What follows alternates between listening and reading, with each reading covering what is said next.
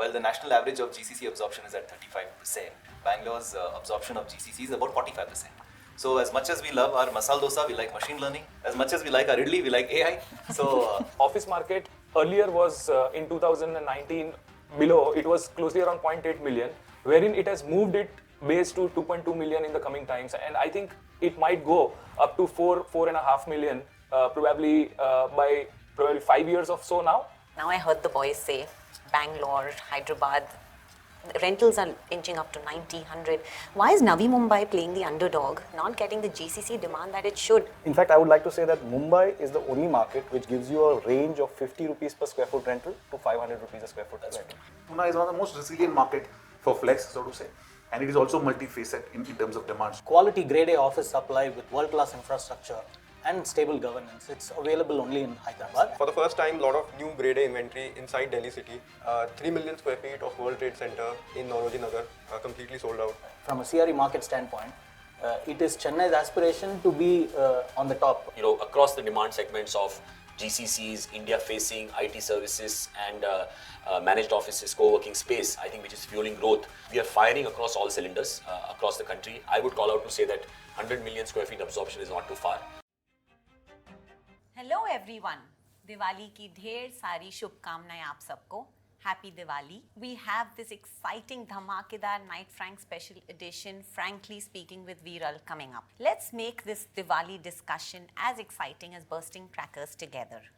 We'll deep dive into the market trends, sutli bomb-sized opportunities, and mithai-licious insights. While we celebrate Diwali, we are also celebrating the resilience India's real estate commercial leasing market has. Last year in 2023, we saw an absorption of about 59 million square feet. Currently, as we speak, we are already at 54 million square feet and heading to a bumper year for more than 71 million square feet absorption by the end of the year. Cheers. Cheers to that. Yeah. Super. Assuming, of course, there comes a disclaimer, that the current momentum continues, marking about 18 to 20% growth year on year. These trends, or the growth that we are seeing, the drivers of fuel this growth, are expected to be strong even in 2025, ensuring that the real estate sector is shining and sparkling away. The market today is lighting up just like Diwali patakas, rocketing through towards a prosperous year ahead. Let's get ready to hear why these fireworks and what are the dhamakas happening in each region. Let's ask our Garba king of Gujarat, the grand Narendra Modi Stadium, the Pakistan-India World Cup match, along with the bullet train coming up in your region, not leaving Bollywood behind, the 69th Filmfare Awards held there. And also, we are the top contender for Olympics 2036. क्या चल रहा है यार? Gujarat is on fire. Yeah, so wishing everyone a very happy Diwali. So there are a lot of dhamakas which are going on, and yes, you rightly mentioned, there are very, very multifolded things which is happening. So I just want to take you through some 4 aspects and the 4 projects which are going on. One is Delhi Mumbai Industrial Corridor, which is a very important corridor where you can see that that will expand the industrial outlook to around triple times, and the job opportunities will get into probably double the job opportunity which is going on right now. There is Gift City, which is emerging like a fintech hub, international fintech hub, where Gift City, you get benefits in terms of IFSCA, where in a tenure of 15 years, you get 10 years as a tax benefits, which is as good as 30%. There is then Dholera, sir, which is into the DMIC corridor, which falls into the DMIC corridor, where it's a special investment region. Roughly around closely 8 lakhs job opportunities is going to be coming into Dholera, and which is estimated to be around 2040. And there is companies like Tata and Renew Power who are going to invest closely around 91,000 crore of setting up of their base in terms of semiconductors as well as into solar cells. And just to give you the last project, which is PCPIR zone, which is a petroleum chemical industrial region where there is closely around, which has started back in 2009, and there was growth which has started, and there's an investment of around 1200 billion which is going around into that region. There are already 8 lakhs job opportunities which has been created, and there's many more to come in. So I think Umit, you missed one, no? Yeah. There is international universities are allowed to set up base in Gift City without any UGC permissions. yes. So I think I'm just thinking we should all move to Gujarat. No, but you're saying basically of all the things that are happening, and you know, I don't know if there are so many other things like the universities, but 4 large projects, PCPIR, there's the DMIC, the Gift City, and the Dholera SJR. SIR, you know, so which is fueling this. So how does it impact, let's say, industrial and manufacturing and warehousing market and the office market? So in terms of the absorption, if you really see, then office market earlier was in 2019 below, it was closely around 0.8 million, wherein it has moved it base to 2.2 million in the coming times, and I think it might go up to 4.5 million probably by probably 5 years or so now. Significant. And how does the industrial and manufacturing, because that is the major play So, over there, yes. because office of course, but you will the industrial manufacturing piece is already playing out. Absolutely. So manufacturing era has always been onto the spar of it, and you know where there is semiconductor chip making companies like Micron and But in terms of Keynes. numbers, how is it looking like? It is like probably the in terms of the absorption, it was always been onto the side of around 3 million to 3.5. It is going to touch in terms of the Gujarat as an absorption to around 7.2 million.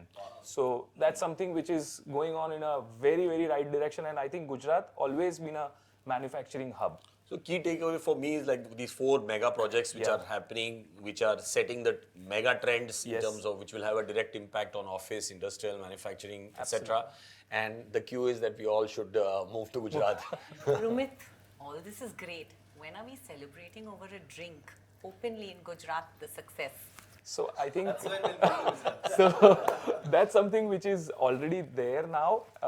You know, if you guys have known to the fact, then I think Gift City has already started giving FL3 license, which you know you can have a wine and dine facility there. So whenever everyone coming to Gujarat, I'll be happy to host you, but at Gift City. Excellent. Cheers. Yes.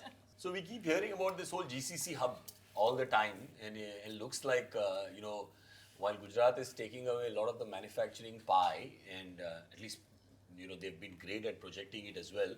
But Bangalore, I must say, you know, having lived there, and now I feel what is left on the table for the rest of the country, and what's happening in Bangalore. It's just GCC. You just keep hearing GCC everywhere. Yes, in fact, it's an overload of GCC, even in terms of the absorption table. While the national average of GCC absorption is at 35%, Bangalore's absorption of GCC is about 45%. So as much as we love our masala dosa, we like machine learning. As much as we like our idli, we like AI. So Bangalore keeps up to his image of being dependable, like Rahul Dravid. Right? Wow. Year on year, again, 24% of the national average of absorption is being contributed by Bangalore this year as well.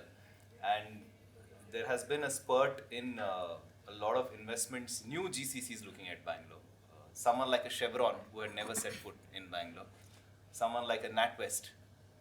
And all these GCC setups or Center of Excellences, as they call it, are over 500,000 square feet of absorption. So, and which is also mirroring the residential market. There's been a premiumization of clients as well as been a premiumization of absorption of residential units.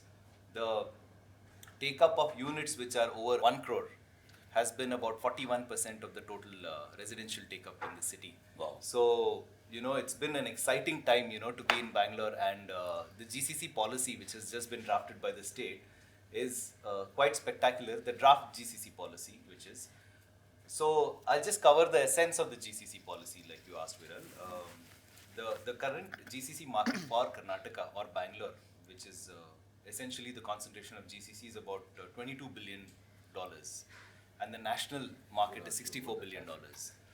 So the idea of the GCC policy is to attract 1,000 GCCs by 2029 from 500 currently, and create 3.5 lakh new jobs.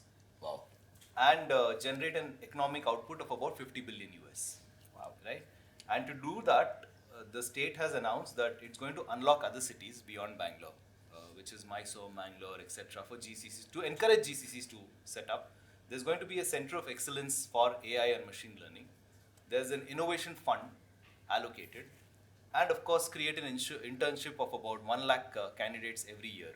So there's a lot of impetus which is happening from the government into the GCCs. And the manufacturing, warehousing, industrial sector, Which is, you I touched think, upon office, resi. Absolutely. I think, with the concentration of GCCs which is coming into the state, the natural progression is for the manufacturing to come in and It's a full CRE circle. the whole CRE circle, right? I mean, my God, it's an exciting time to be in Bangalore right now. I mean, Minus the traffic. minus, yes. I mean, interesting point. There's a lot of. If you can reach anywhere, then I think that is the strength of our productivity, and traffic is a part of our culture, Joseph. So, having said that, I mean, once we are addressing the infrastructure issues, the yellow line of metro, which is coming up in Hosur Road, is going to connect south completely through Outer Ring Road.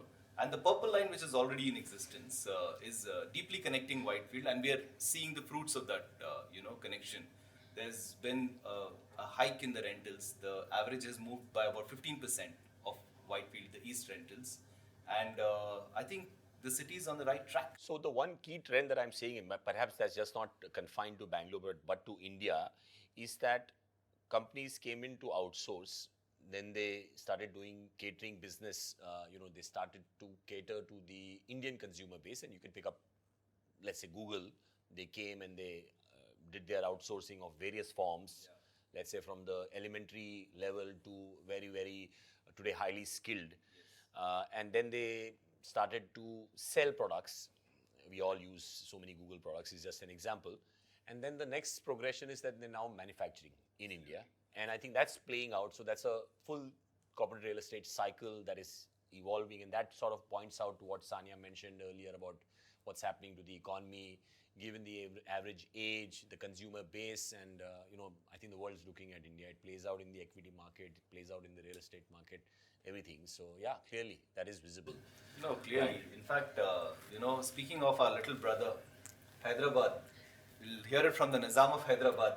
What's up? I mean, we hear about glut in supply, oversupply, and also the rentals also peaking at the same time. I mean, it's paradoxical, but what's happening? Let's hear it. Yeah, thanks, Rahul. Very informative about Bangalore, the data points that you shared. But to take a step back, I wanted to start with saying that this year in IPL finals, we saw Sunrisers in the second spot. So is this commercial real estate scene. RCB has won how many titles? They were stuck in traffic actually. They're stuck in traffic, like I would say. And I think we are compensating by, our office absorption. So it's following the same trend. I can say that after Bangalore this year, Hyderabad saw the highest GCC absorption. And that was last year, and so is the case this year. And to be very specific, I would attribute the GCC absorption to the healthcare and the pharma segment, followed by BFSI. We are hearing of some unheard names entering the country, and that is setting up shop for the first time in Hyderabad, making it clearly the healthcare and pharma capital of the country. So that's a good news. While you touched upon the subject of oversupply, it is fast changing right now, I would say. There's no, by the end of the year, there won't be any, the Raidurg and high-tech city market will be in single digits in terms of vacancy levels. and now that is in a way leading the action to the financial district market. Though financial district is still coming up with new supply and it is going to have a pipeline of projects hitting in the next 3 years, but the next 2-3 years is going to be action for financial district, and that will also push the city's average rent up, and it's already touched about 90 rupees. That's in the high-tech city corridor. That's in the high-tech city. But you're seeing rents going up in financial district as well? Because of the action that's picking up in financial district, there will be price war, but we are seeing the rents movement. The average rent has already moved up from 60 rupees to 68 rupees a square foot. In financial district? No, across. Across board, as a weighted average across the city. Yes. Right. So that is a very interesting trend to watch out, and how much ever we talk about the city's oversupply, in today's context across the 8 metros, quality grade A office supply with world-class infrastructure and stable governance, it's available only in Hyderabad, and it is less than $1 in terms of rent, which is making the city very, very competitive. You know, and one other element that is going to happen is that if generally there's an undersupply situation across the country and you have some basic things in order, which I mean, I feel it applies to across the country, that you have a stable sort of government and, stable government at the center, you have skilled manpower, and it comes at competitive prices.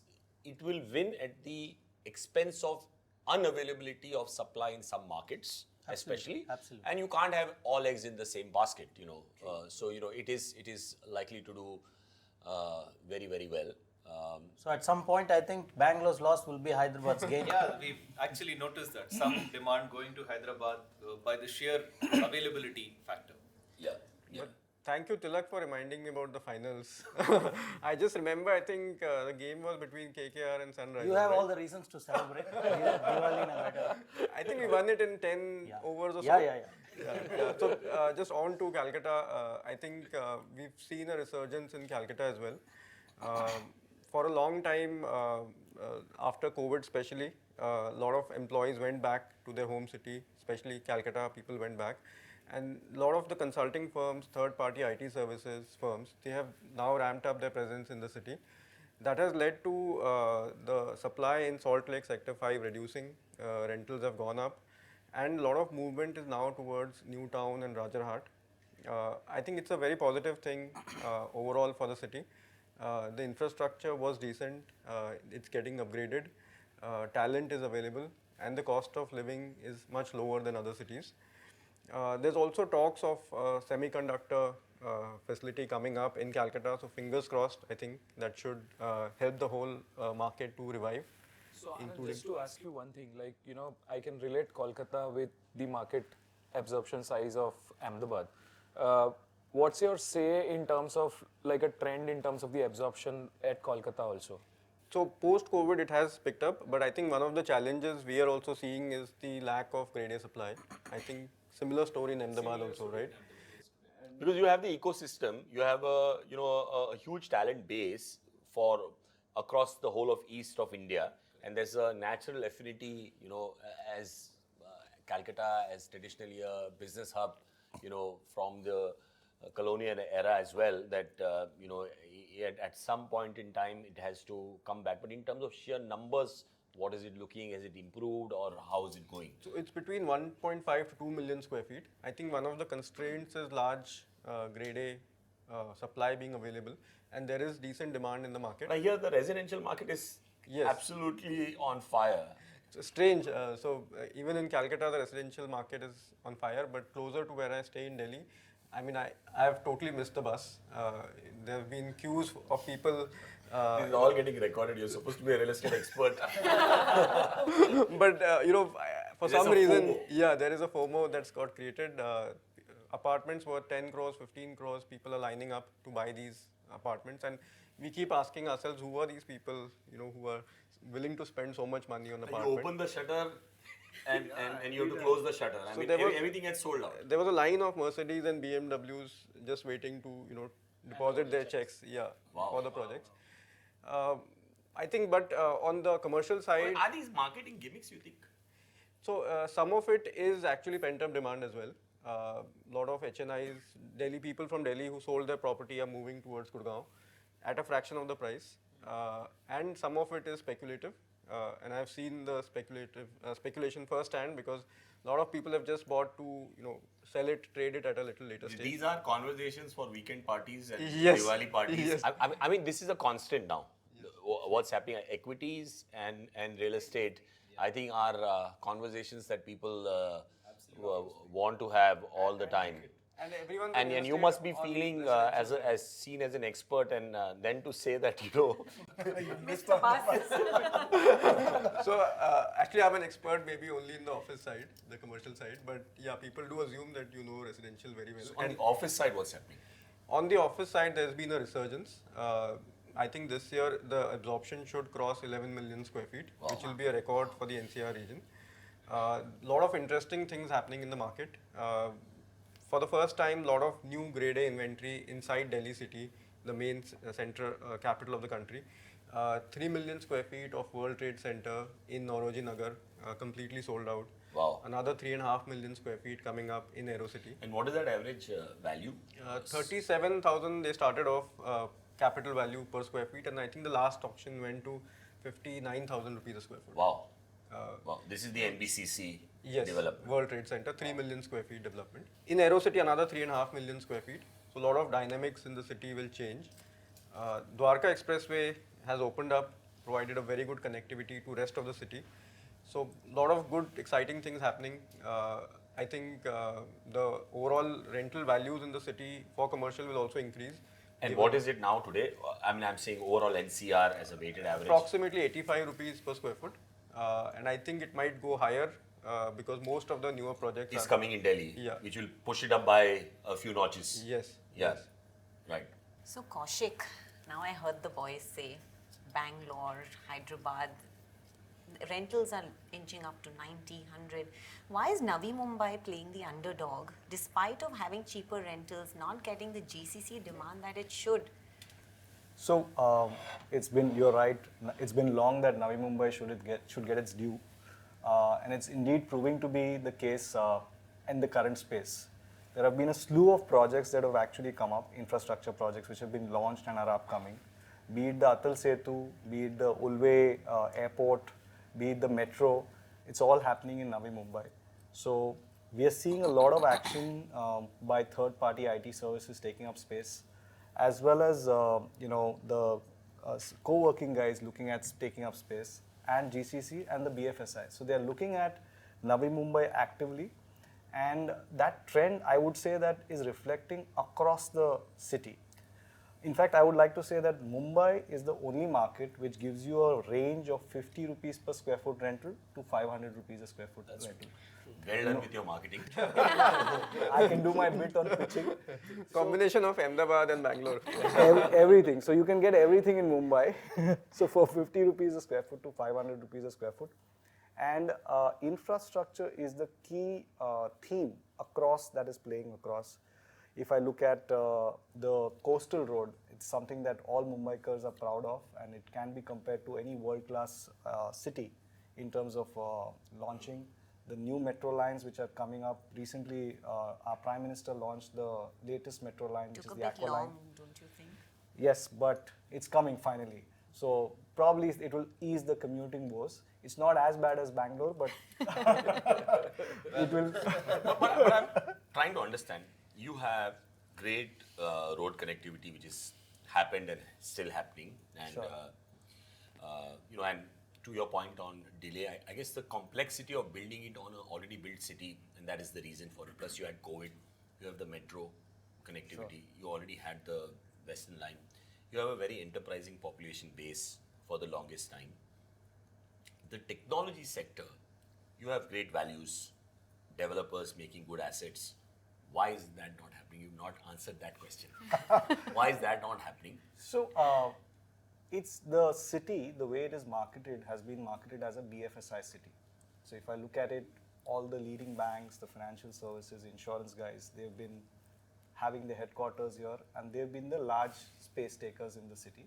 But JP Morgan will take up space. I mean, JP Morgan is perhaps they have a large GCC presence here, but some of the larger banks, global banks, will take up their commercial banking operation space in India, in Bombay. But when they do their GCC, they somehow go to Bangalore or Hyderabad or Chennai. Not really the and case. Pune. I would say we get a fair big, mix of clients actually taking up space. So you've got the likes of Morgan Stanley, JP Morgan Chase. They are all taking up some large take-ups in the city. But yes, I can't compare it to a Pune or a Hyderabad or this thing. Largely, the trend has been India-facing businesses kind of taking up large quantums, led by the banking, financial services, and insurance guys. There was a pent-up demand, and you saw some leading banks taking up spaces to the tune of 300, 400,000 square foot, which was never the case in Bombay. The average size of rental square footage of take-ups were about 30,000 square foot. Now it's gone up to 45,000, 50,000. So the take-up size per client has gone up. You know, the other part is that in terms of power, infra, operating expenses, also Bombay is fairly you don't have nice. great power supply. You know, so many things which work. In addition to that, if you look at the capex fit-out costs, you do it in any city, it's the same. It's the same. You It's know, the same. and then you put the rental component. There's a perception that Bombay is expensive, More expensive. but not office space segment. I mean, it comes at great value. I guess somewhere it's not marketed well enough. Well enough. Generally, and there's a perception. You know, we've had a conversation. We won't take names, but someone told you that they didn't know that Bombay can come at this value. You know, it's just they're paying actually more rent in other cities than they're paying in Bombay.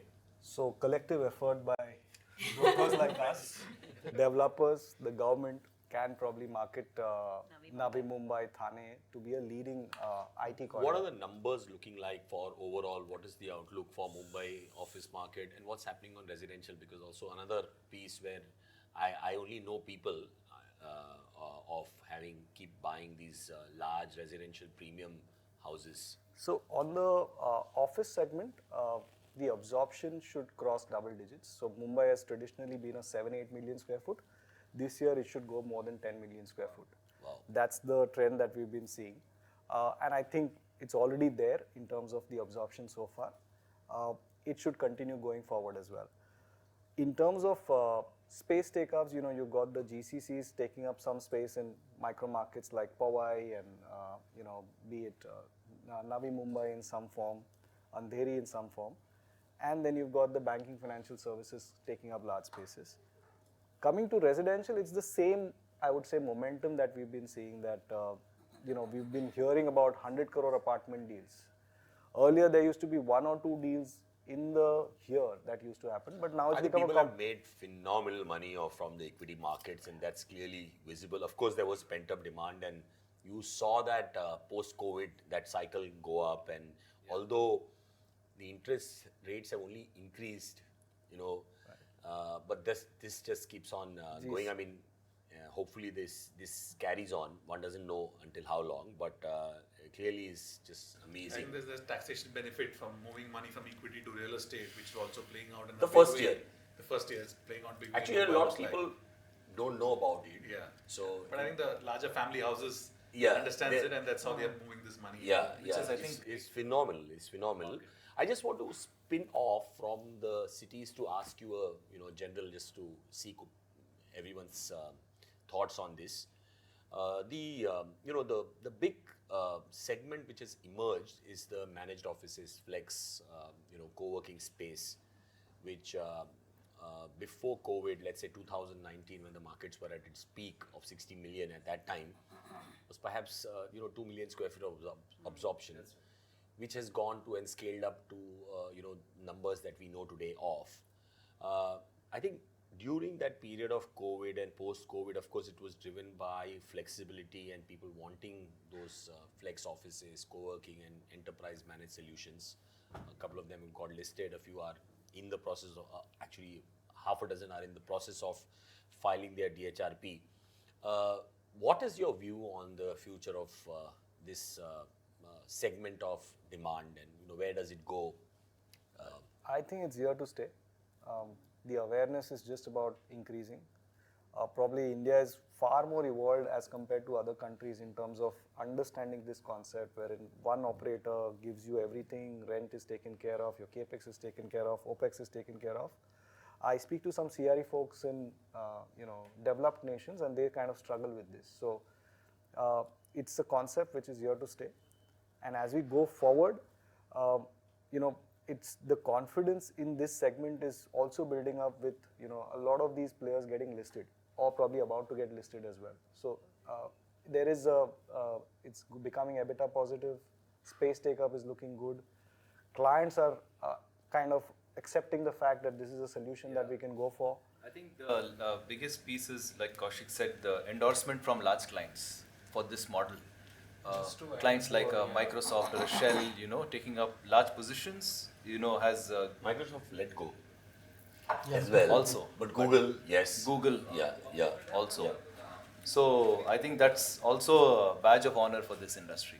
So just to add more, we are very nearly connected to Mumbai in terms of the line where we are in Ahmedabad. But so most of the CREs who actually has got the taste of having managed office things, they now are coming to Ahmedabad or to Gujarat saying that we want to go for a managed office deal or a co-working deal kind of. So that's something which is here to stay. I think that's where Ahmedabad Just adding to what Rumit says, I think generally real estate is looked upon as a brick and mortar business, so to say. But with Flex coming in, it's sort of transformed real estate as a offering as service, so to say, and which is what I think people are buying into. We work with a lot of manufacturing companies who are based in Pune. Most of the CRE guys are focused on the manufacturing and allied industrial part. For them, a service industry or a company which offers a service of office space just makes it so easy. So he can focus on his industrial CRE part, and he just gives the requirement to a sort of a company who just builds it out for him. It's so easy for him to manage. So I think that's a real advantage which it really brings on the table. So Pune managed office absorption versus conventional has been massive in the current year. That's true. So if you look at the bifurcation, so to say, so managed office piece did almost close to about 2 million square feet this year. Huge. Which is pretty equal to what a GCC or a India-facing business, one third of the business almost is done by Flex. I think Pune is one of the most resilient market for Flex, so to say, and it is also multifaceted in terms of demands. You would have a manufacturing company, you would have an IT company, a pharma company who is setting up their offices in one of these managed office spaces, so to say. So it's something very much relevant. We feel there will be surge going forward as well. But generally, can you give us, since we're talking Pune and I had some other thoughts on the managed office, but we'll hear from you on Pune since, so where? So Viral, you brought out earlier that Diwali, usually there are two topics. One is real estate and then there's equity. And I was trying to... Generally. I'm saying generally. Yeah. Parties is all about... Yes, party, otherwise, you have parties in Gujarat also, until what's happening now in Gift City. There also with bhujia and chas, the topic is real estate and equity, more so here, But I think it's a common theme, it's a weekend theme, So I was trying to bring an analogy from what I can look at in equities and how it's sort of panned out in real estate. So if you look at the lows of COVID in that sense, Sensex was at about 27,000. Today, if you look at it, it's close to about 80,000, tad bit here or there. So it's almost like tripled the size over the last 4 years. Now, if I bring it back to Pune real estate, and the lows of COVID, we were close to about 3 odd million square feet. Annual absorption. So about 4 years hence, we are touching about 7.5 million square feet. So it's about 2.5 times of what the lowest was.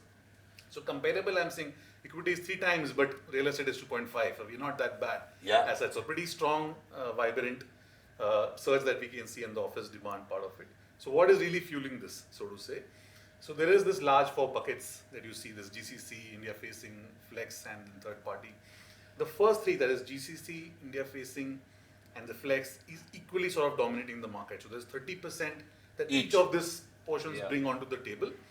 And then there is the 4th bucket, which is the third party IT services, which has been a tad low. I think that's the flavor across the country as well. But we're already seeing that spurt coming in. We are seeing some of these inquiries coming in, and I'm sure next year the third party IT service also will probably come back.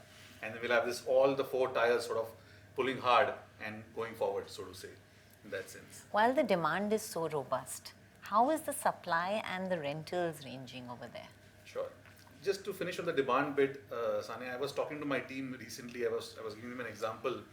If you look at the Pune market, we are very heavy on the manufacturing side, and especially on the automobile side.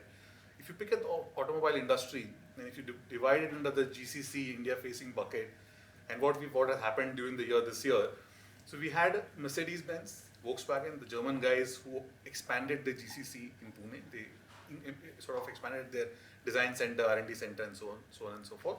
There was Tata Motors and Hyundai who also expanded their design center. They're setting up a plant. So clearly, within one industry of automobile, you have GCC which is getting set up. There is an India that is getting set up. And all of these guys have ancillary companies who are actually setting their offices in the flex. So one industry is actually fueling three different buckets, so to say. So that's a beautiful sort of beautiful synergy coming through in that sense.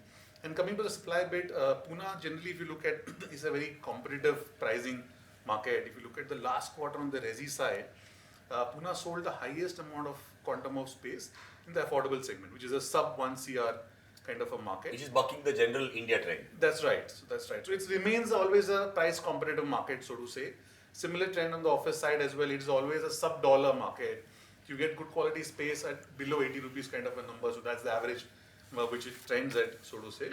And how was the supply catching up? It's pretty startling. Again, we were putting some numbers together. So the market today is about 95 million square feet on its whole.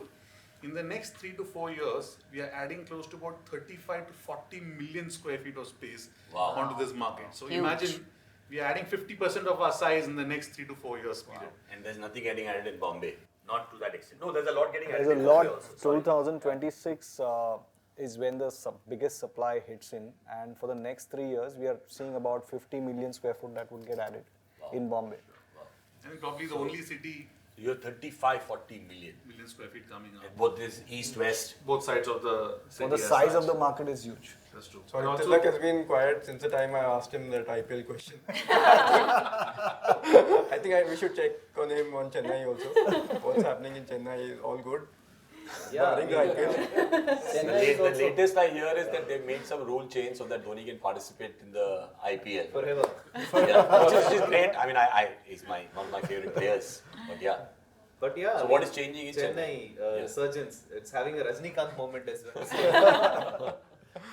well. I always like to take it from Rahil because how much ever RCB tries to hit CSK in IPL, it never happens.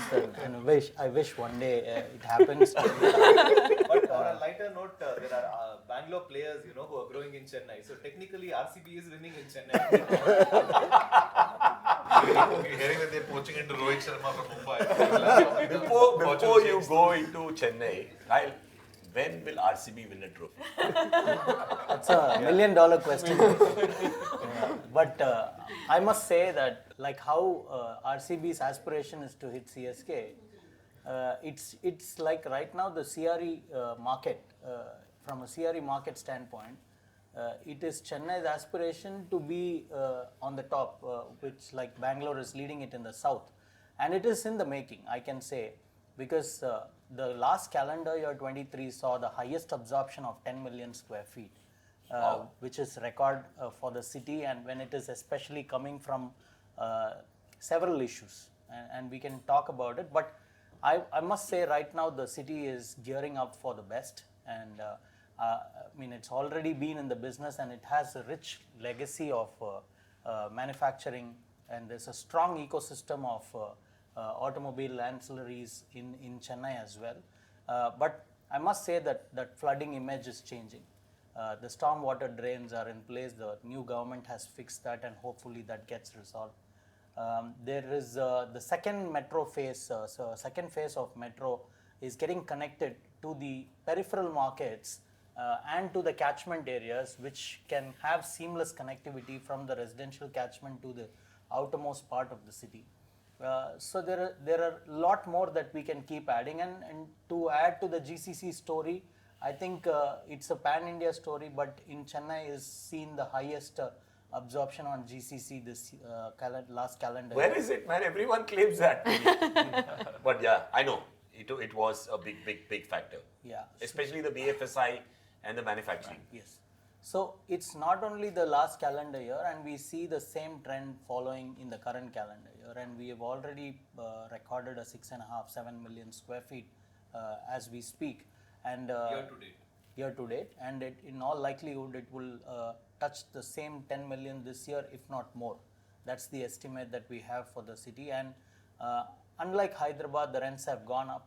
I mean, it is the highest rent for commercial real estate asset in the city would be about 105 to 110 rupees a square foot, and the average is at about 75, 70, early 70s as a number. So Chennai is really brewing.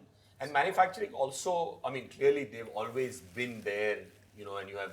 You have like the IT corridor fueling the commercial real estate market. You have several manufacturing corridors which are built alongside the city extensions, which leads to Bangalore Highway, which or you talk about the Kolkata Highway.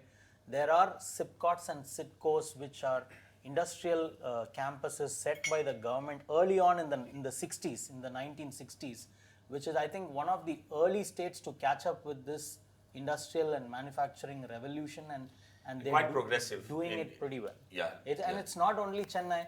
If you look at the southern districts like Coimbatore, Trichy, all these are hubs of manufacturing and industrial segments. So it's a great city to watch out and yeah, wish. So Viral, you are like the anar in the Diwali what? In the Diwali connotation, you're like the anar of our team. Always illuminating the room with your pearls of wisdom. Now that you've heard so many Pataka developments happening all around India, across the country, what is your vision on our industry, as well as what rockets do you think would help us shine brighter? So first of all, thank you for all sharing your thoughts, and I'm going to give you a slightly longish answer because there's a lot that is happening, and perhaps I still will not be able to cover it. But on this Diwali sort of roundtable and update on the market, frankly speaking with Viral, let me first call out to say that we are a 1 billion square feet supply market today, but we are, as a country, just twice as the size of the Manhattan market, which by itself is 450 million square feet. So India by itself, and India is, I always say that India is not a country, it's a continent, and we are at 1.4 billion people and counting, and the world is looking at India to lead its way, and we have our position in the world stage, and we should be making more waves as a nation, as a country, as people aspiring and a young population. I would say that for a 1 billion square feet on supply and growing at maybe 5 to 8% annually, and really great developments from both private and institutional developers coming through, a lot of private equity money coming in, extremely value-oriented supply. We still average rents across the country are $1 a square foot a month, which has been that case for 30 years because the dollar to the rupee was 40. So as compared to residential, again, extremely undervalued, 30% cheaper, even if you have the same kind of development sharing the wall, next door each other, offices are 30% discount, giving you great returns between 6.5 to 8.5, 9%, depending on who you are and what. Very, very matured market, like you said, perhaps the most matured commercial real estate market, next perhaps to North America, and with respect to managed office, even more matured.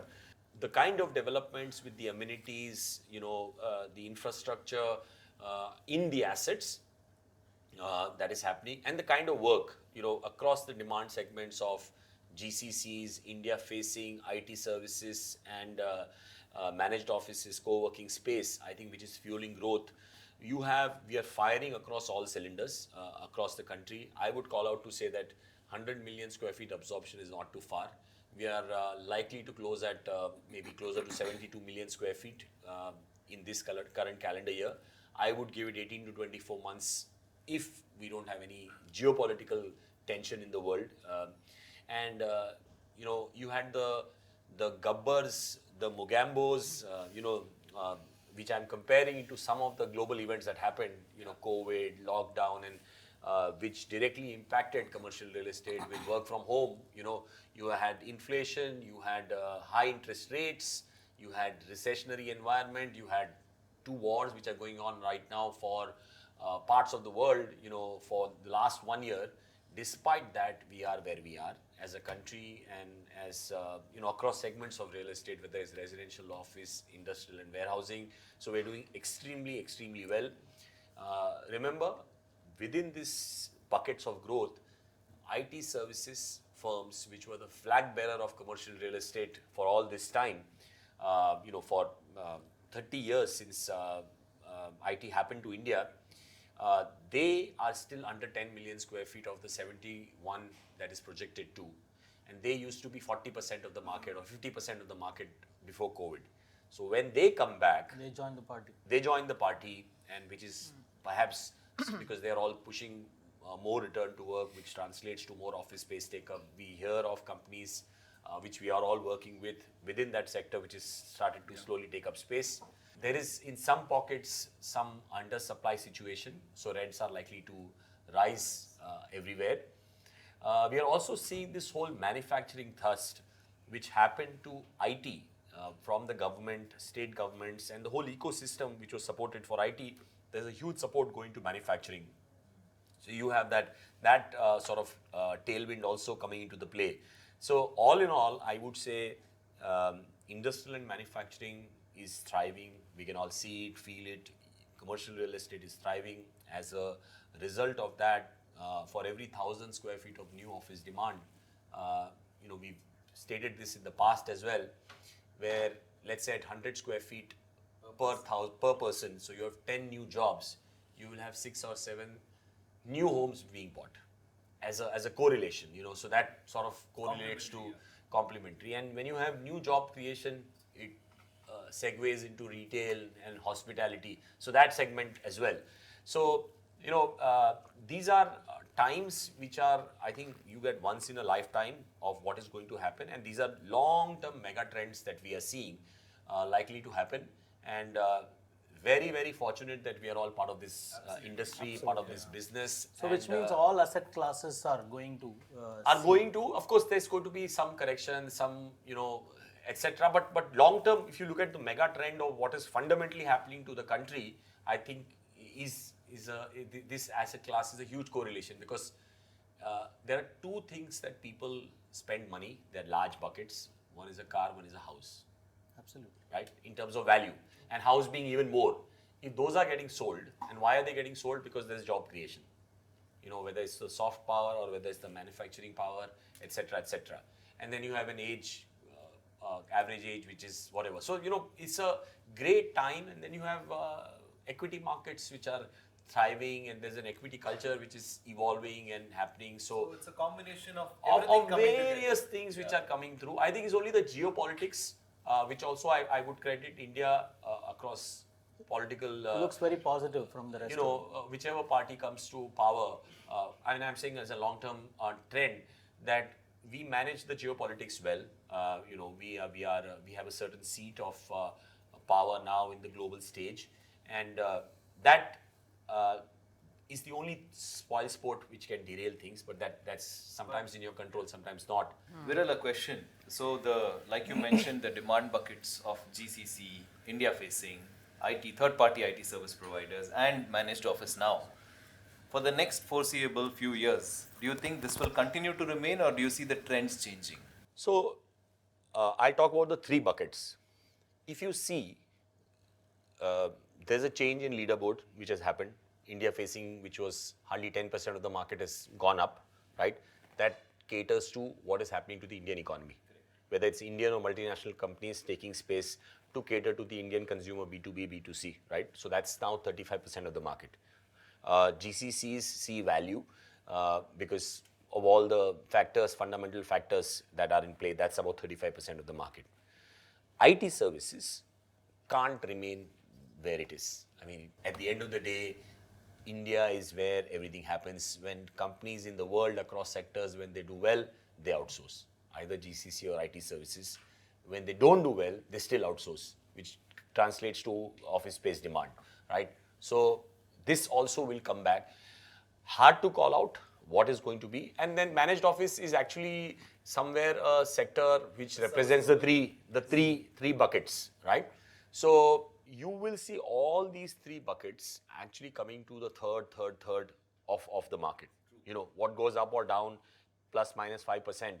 But that's what it is. And 100 million square feet looks like what is going to be the case. If you look at other developing countries or developed countries, they're all growing in the 2 to 3% range. Whereas India is growing at about 7%. 7%, that's right. And we being a 4 trillion sort of a country, and the other two ones, just Germany and Japan, they're all also in that tad 4 trillion kind of a mark. The number 2 is at 18, 19 trillion, which is China. So the gap between us and the second is so wide that there's a tremendous growth that we will foresee over the few years. And the China Plus strategy also sort of coming our way. There's so many good factors that you can't fundamentally go wrong with what. And if you see commercial real estate value, the way it trades at, I mean, it's just, it's just amazing what it offers. So on that note, I want to thank all of you for taking the time and sharing your valuable inputs. And we want to wish everyone a very, very happy Diwali. Yeah, I want to do a very quick roundup on Bangalore. I missed to say that Bangalore is going to breach 17 million square feet, which is a record high for Bangalore this year, and about 60 to 65,000 seats of managed office spaces. On that note, happy Diwali.